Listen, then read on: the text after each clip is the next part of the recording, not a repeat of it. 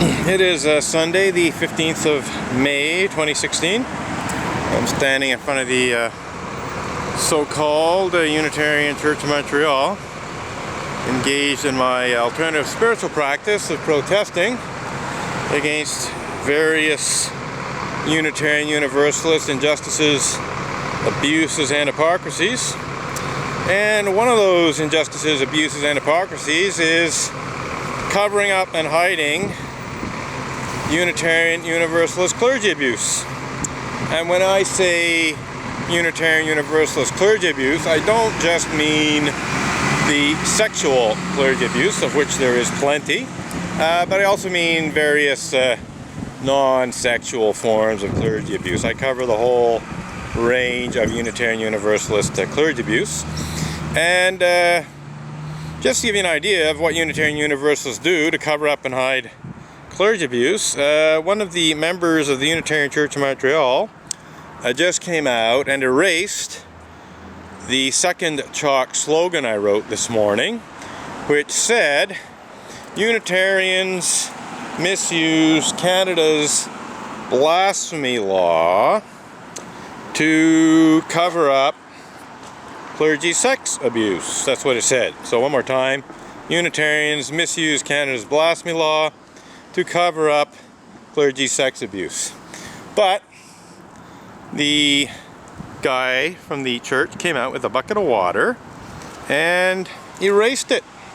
Erased it completely. Well, in erasing my chalk slogan, which protests against the fact that the Unitarian Universalist Association in Boston, that is the association of approximately 1,000 Unitarian Universalist churches, which is headquartered in Boston, Massachusetts, they did in fact hire Stikeman Elliott Barristers and Solicitors litigation lawyer, Maitre Marc-Andre Coulombe, to falsely accuse me of the criminal act of blasphemous libel in Bill Cosby style legal bullying that's clearly intended to cover up Unitarian Universalist clergy sex abuse of the worst kind, or amongst the worst kinds, because there might be a few others, but specifically the Unitarian Universalist Association hired Maitre Marc-Andre Coulombe to say the following words in an arrogant and aggressive cease and desist demand letter that he had me served with in June of 2012, just under 4 years ago now. He said, and this is an exact quote from the letter, "Your unfounded and vicious allegations to the effect that ministers of the association engage in such despicable crimes as pedophilia and rape are defamatory." And he went on to say, they are so defamatory that they constitute blasphemous libel.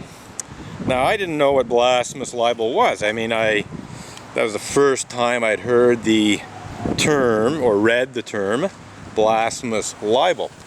I had no idea what blasphemous libel was. I mean, I had a pretty good idea. I mean, I know what blasphemy is. I know what blasphemous means. And I know what libel means. But I had no idea what blasphemous. I'd never heard that specific term before. And it seemed from his letter, okay, here come the police. Well, they're driving by anyway. Maybe they're not coming to see me. But they did a couple of weeks ago. I hear sirens elsewhere, so maybe there's something else going on. In any case, he basically accused me of what I found out was a criminal act.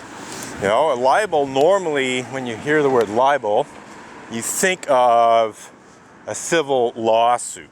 People, when they sue for libel, it's a civil lawsuit. It's not a crime. But blasphemous libel is a crime. It's essentially blasphemy. Blaspheming against a religious community. So essentially, what it came down to is that the Unitarian Universalist religious community, as represented by the Unitarian Universalist Association, which in turn was represented by Stikeman Elliott Barristers and Solicitors, was accusing me of blaspheming against the Unitarian Universalist religious community by posting blog posts that were critical of some Unitarian Universalists who in fact had been convicted of such despicable crimes as pedophilia and rape.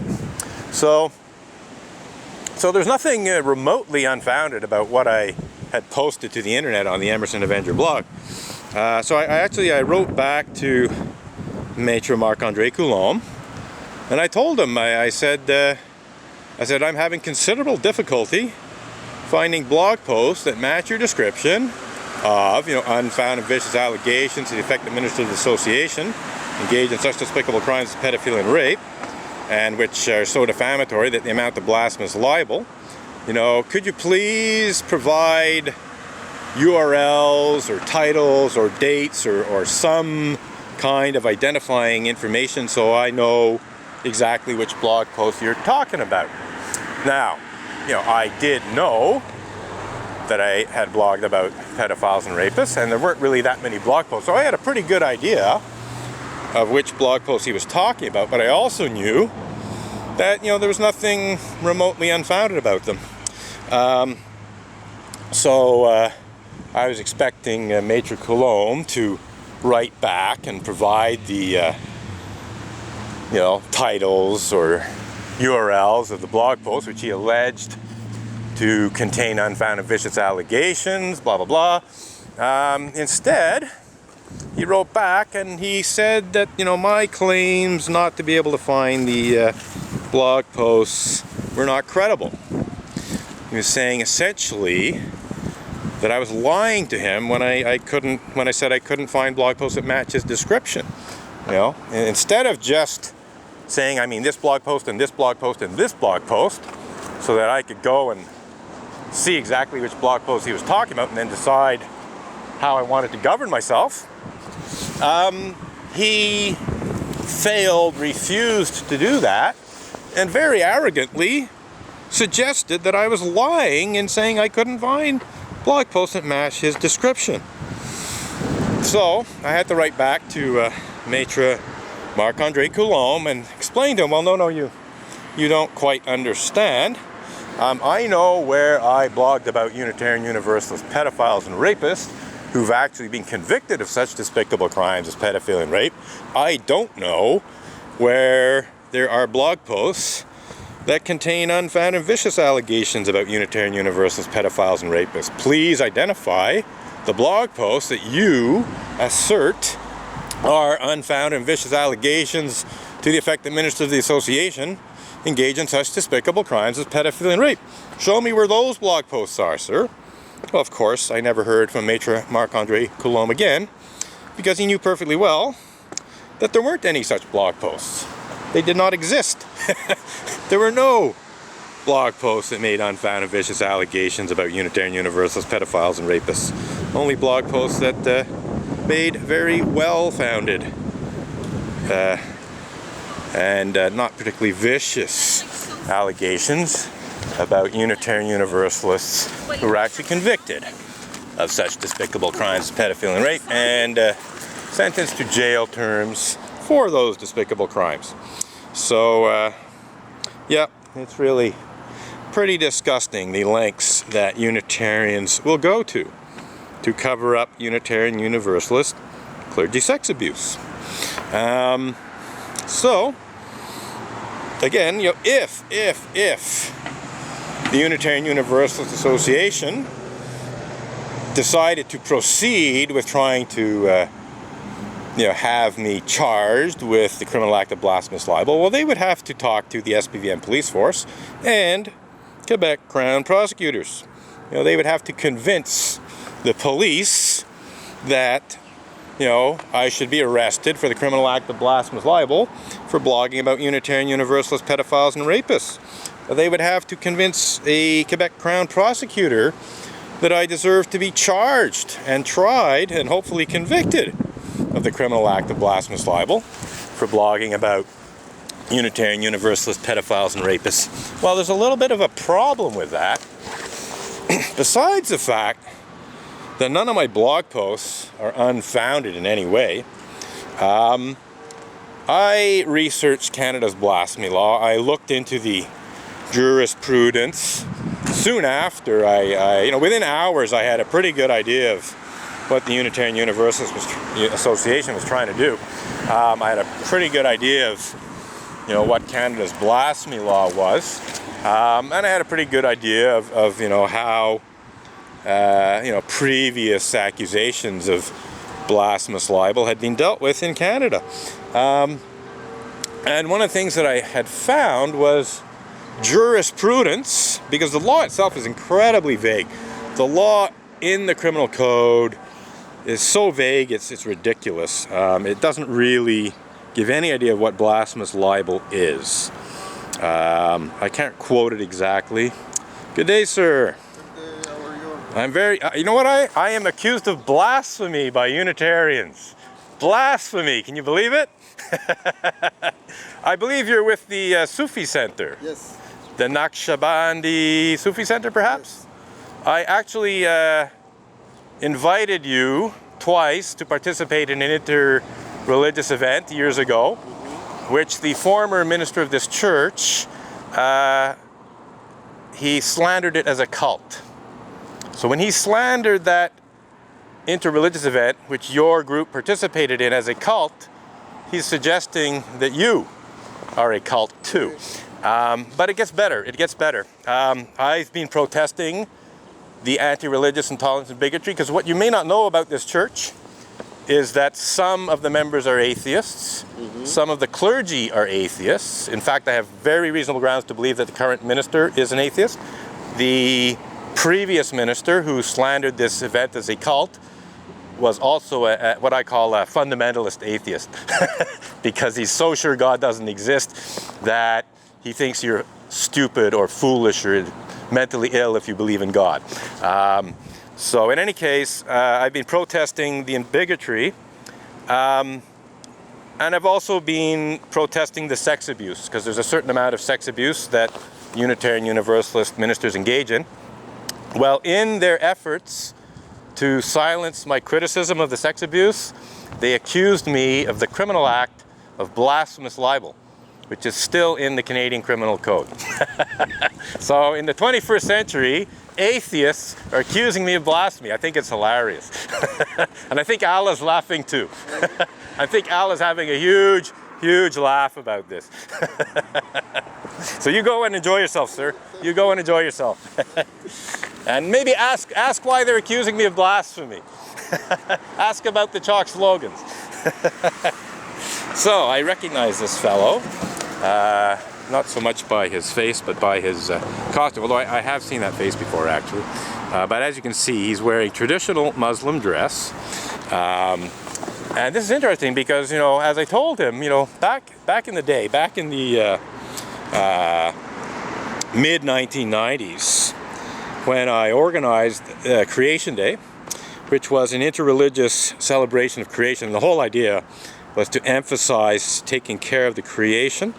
I was keenly aware of the harm that we're doing to the environment back in the mid-1990s. I was sensitized to what we're doing to the atmosphere, and so on. And so I was trying to promote the different religions, caring for creation as much as they can.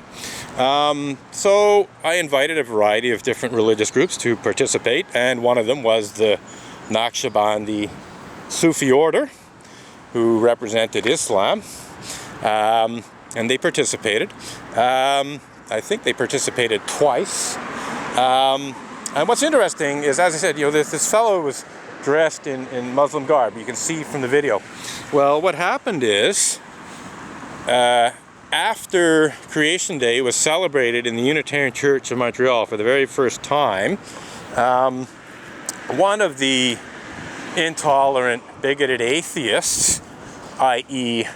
Valmir Bourdon, also known as Val Bourdon, confronted me and contemptuously expressed his disgust with the fact that people wearing traditional Muslim dress had stepped into his church. Val Bourdon was an anti-Muslim bigot. Val Bourdon couldn't stand the fact that members of the Naqshbandi Sufi order had, come in and crossed the threshold of his so-called Unitarian church.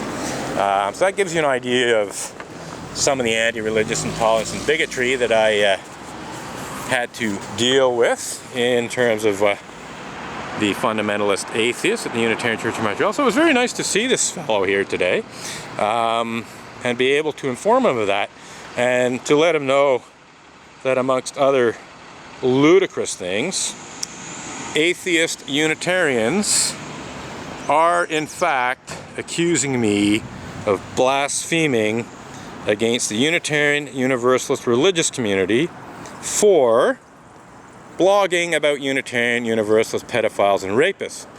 Which brings me back to what I was about to explain before this fellow showed up. I was about to explain that, I looked into the jurisprudence and I discovered the various rulings that had been made very quickly.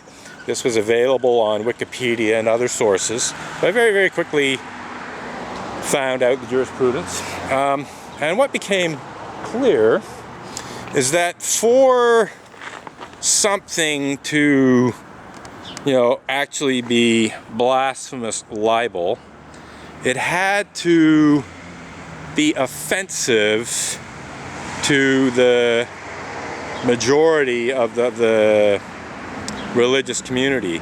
But on top of that, it had to attack something that the religious community held to be sacred or holy. So there's really only one circumstance